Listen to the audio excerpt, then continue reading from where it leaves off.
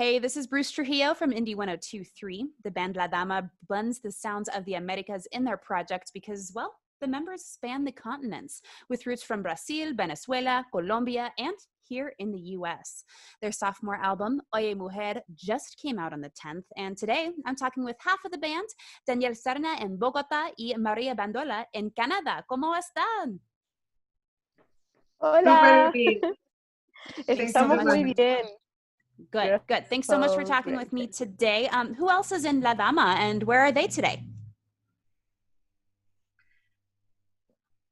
Lara Klaus, the drummer and also singer and multi-instrumentist from Recife, Brazil. She's in Montreal right now. And Sara Lucas from New York City. She's also lead singer like all of us, and she plays electric guitar. And Pat Subora, our bass player, is also our musical collaborator. He's from Brooklyn, New York, and that's La Dama Band. Awesome. So the new album out earlier this month, you're sophomore, but let's get to know you guys a little bit better. As I said, your roots are from all over the Americas. Tell me about meeting one another. Where did you guys meet up? We met in 2014 in an artist residency, and we became friends immediately at the beginning of this America. It was South America. So we were just sharing rhythms, sharing experience, and also sharing language, Portuguese and Spanish at the beginning. But then we started to compose, and we were talking with Sara, which she was really interested in talk and sing in Spanish. So language, reading, and music was the way that we began like friends and partners with an idea to have a project in the future after this residency. So then we decided to continue after this residency for 1 month. We decided to continue as a project, and we spent 1 year in each country. That was 2015, and the first tour of La Dama was in 2016 when we raised $75,000 to make a tour in the United States, Venezuela, Colombia, and Brazil. We give free workshop in communities and free shows with the idea to empower youth and women through the music. That was the beginning, but now at that point we remember that we record half of an album just with the money that we raise by ourselves. We produce that, we compose every song from the first album. We make the arrangement, everything. We were just like ahead with all this process. And that's the difference with the second album, but we can talk about it later. Yeah. Yeah, and you guys were also featured on NPR Tiny Desk after you released your debut album back in 2017. So we've kind of had a taste of your music before now. But how does songwriting and recording go? I mean, you kind of touched base on the first album. Tell me more about this new album, Oye Mujer. How was recording that one? It was in Brazil, yeah? Yes, we record in Rio de Janeiro, which is a luxury, honestly, because you know, not only in terms of productions, but in terms of the spirit and the magic that this city has. It could be something like New Orleans or Barranquilla and Cartagena in Colombia. You know, there are cities where culture and music is strong. So yeah, recording in Rio with Casim's production is like a really great musician now, and he was a key person to help us develop the new sound that we have in Oye Mujer. Oye Mujer, it's a record that for us, it was a challenge, and it was the perfect opportunity to take the risk.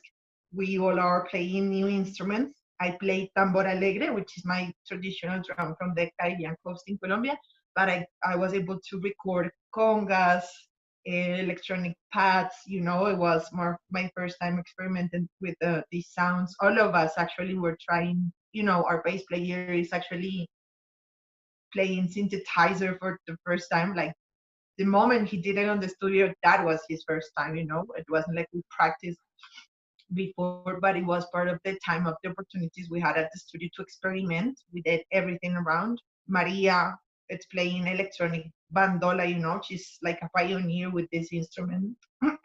So she's playing two versions, the acoustic and the electronic one. What else? Electric guitars, cavaquinho.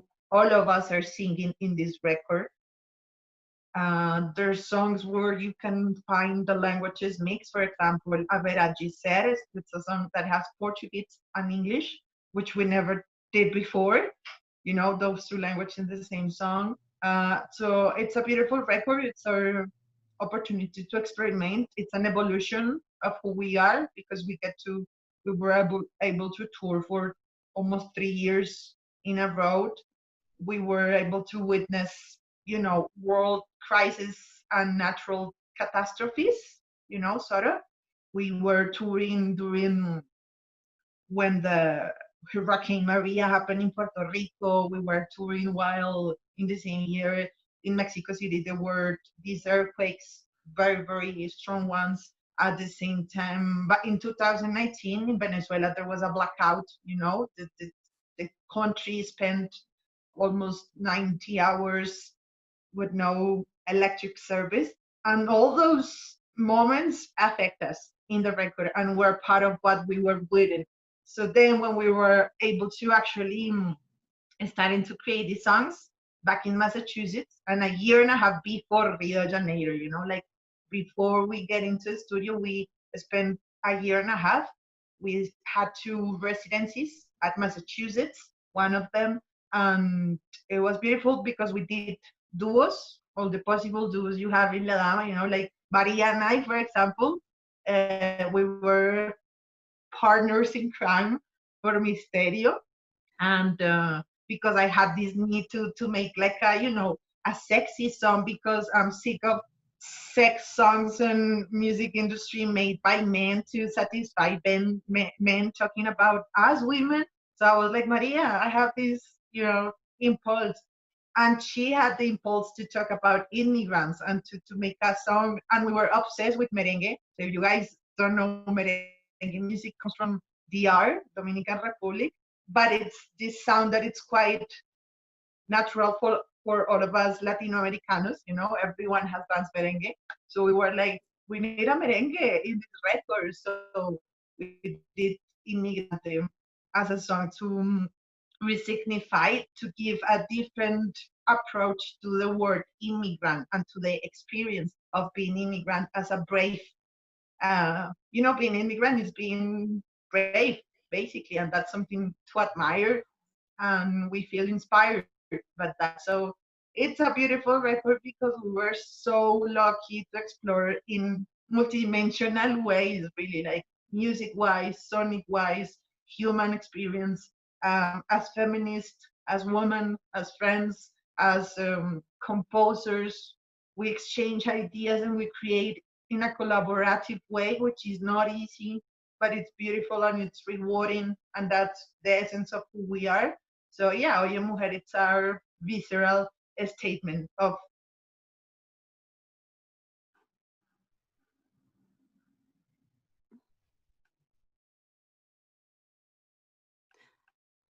All right. And sorry, you just cut out for a second there. But yeah, I feel like this album, it has a lot of different sounds that do kind of travel all around the Americas, different countries in South America, Central America.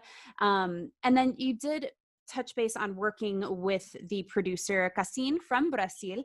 So tell me about working with him and how he was able to blend all of these sounds together with you. Maybe did he like have a did he help push you into to different directions that maybe you weren't considering before, or was he really receptive to the ideas that you guys wanted to put out there and was just like, all right, let's get to it?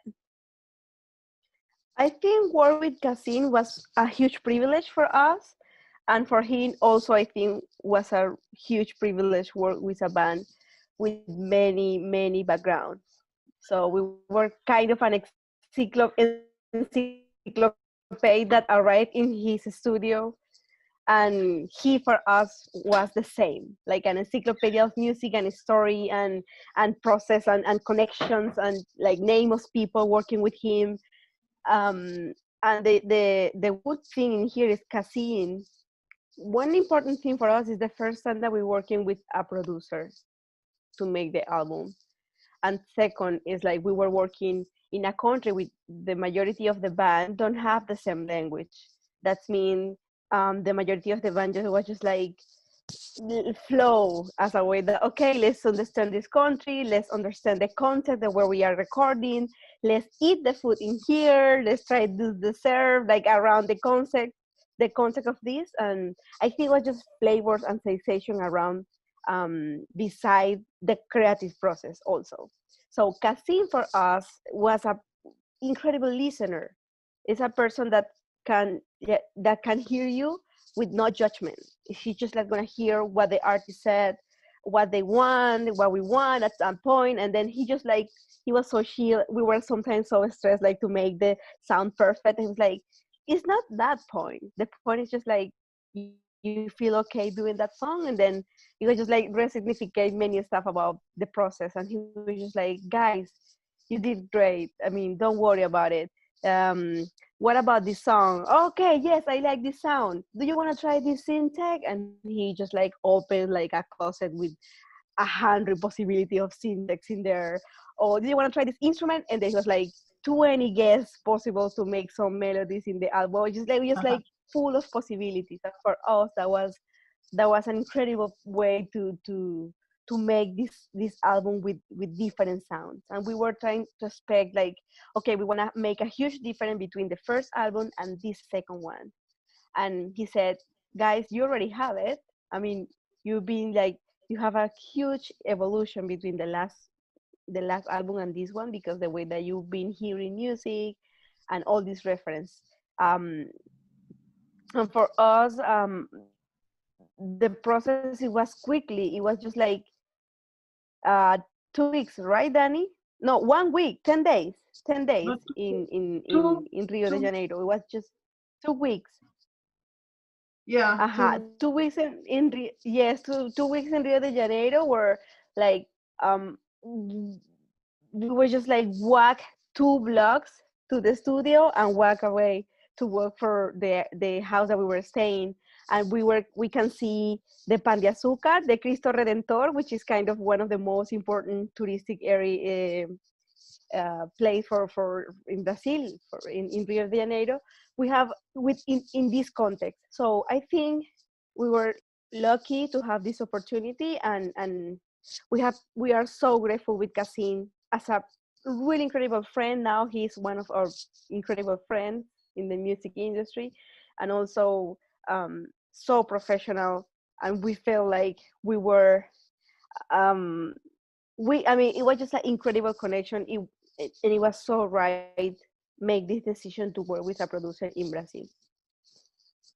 Y eran activistas también. You touched base on how different events around the world kind of shaped this new album, but I want to talk a little bit more specifically about Immigrante. That's kind of one of the latest singles that came out before the album was released, but there are a lot of different messages going into this album. And how does your life outside of the band kind of find its way into your lyrics and into your music?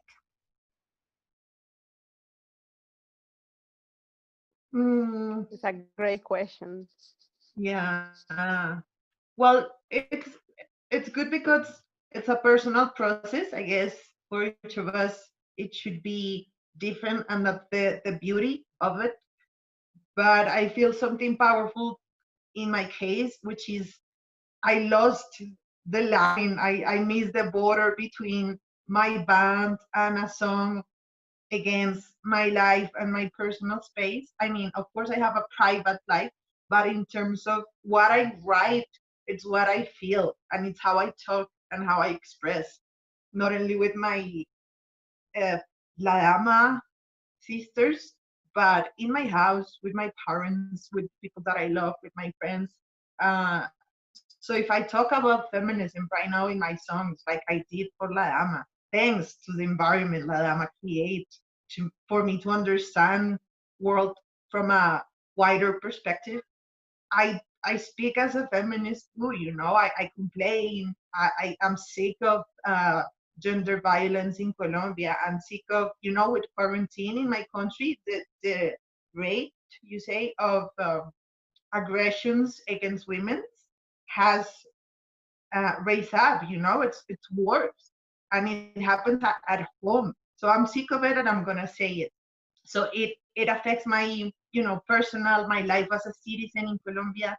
But I have La Dama, and I can go like to Spotify or to YouTube and play my music, and feel that I have a message, like Immigrante, that it's gonna somehow help Colombians, for example, to understand we need to have friendlier, we need to be friendly with Venezuelan immigrants and any immigrant, because we actually, as a society, of course, I'm not gonna generalize, but the Colombian government and our society, it's quite xenophobic. We don't know how to help. We are really like fighting against each other.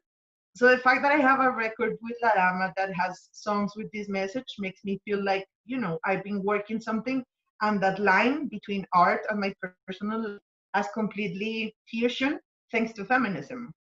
Somehow, even before I was a feminist, as a musician, as a woman that plays tambor alegre, I play a percussion instrument, and that shouldn't be strange, but it's like, oh, a woman playing a tambor, and it's so silly that uh, we still need to deconstruct so much of the stereotypes in terms of, how we are supposed to behave in society beyond who you are, how your body looks, your sexuality, your desire, the way you feel.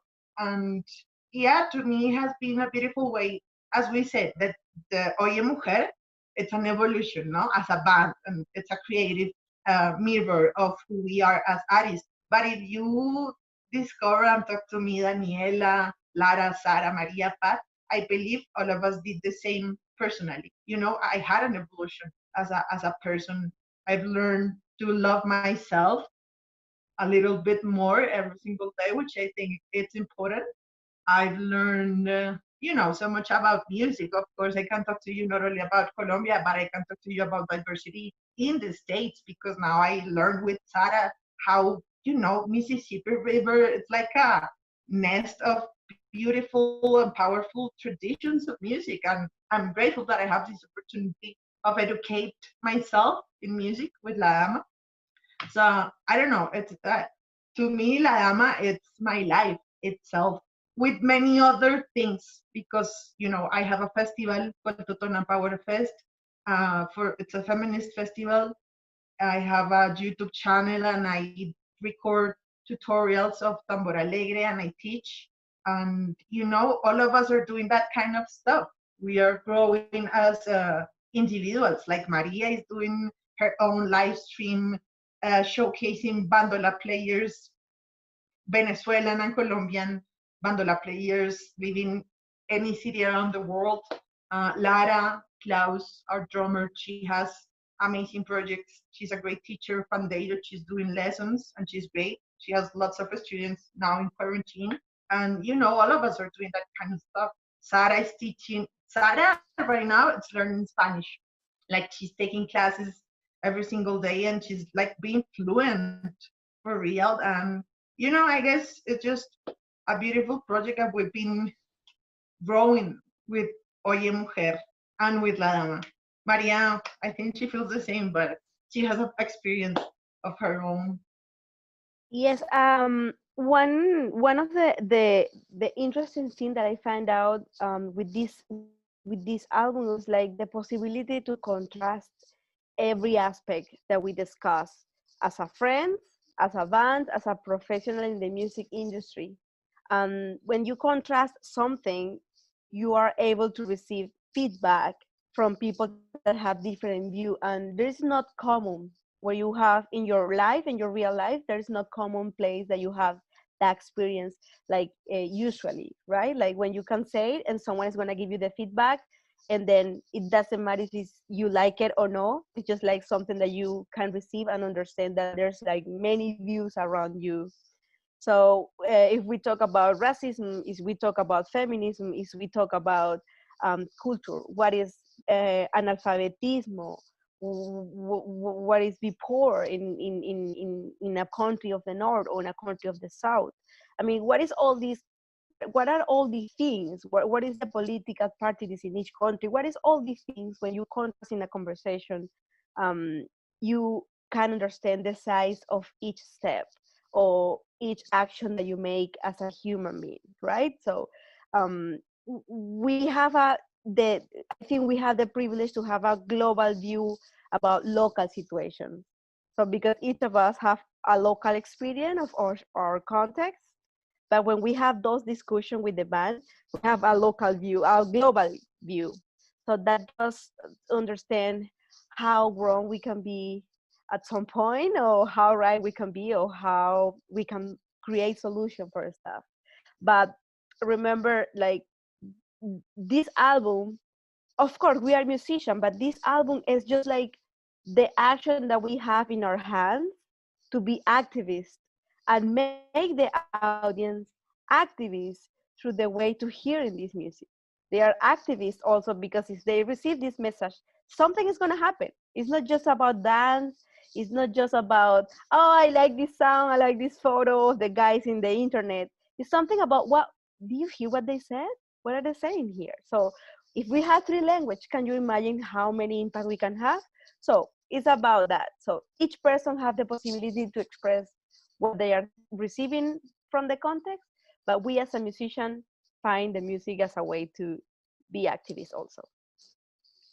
And I do like how it is kind of that global scale. Like immigration is kind of a thing that it's happening throughout the Americas, everywhere you go. So it's kind of a conversation that can be had in several different languages, and it applies to kind of everywhere that you guys are and have been and are touring when we're out of COVID. But awesome. So this new album, Oye Mujer, is out now.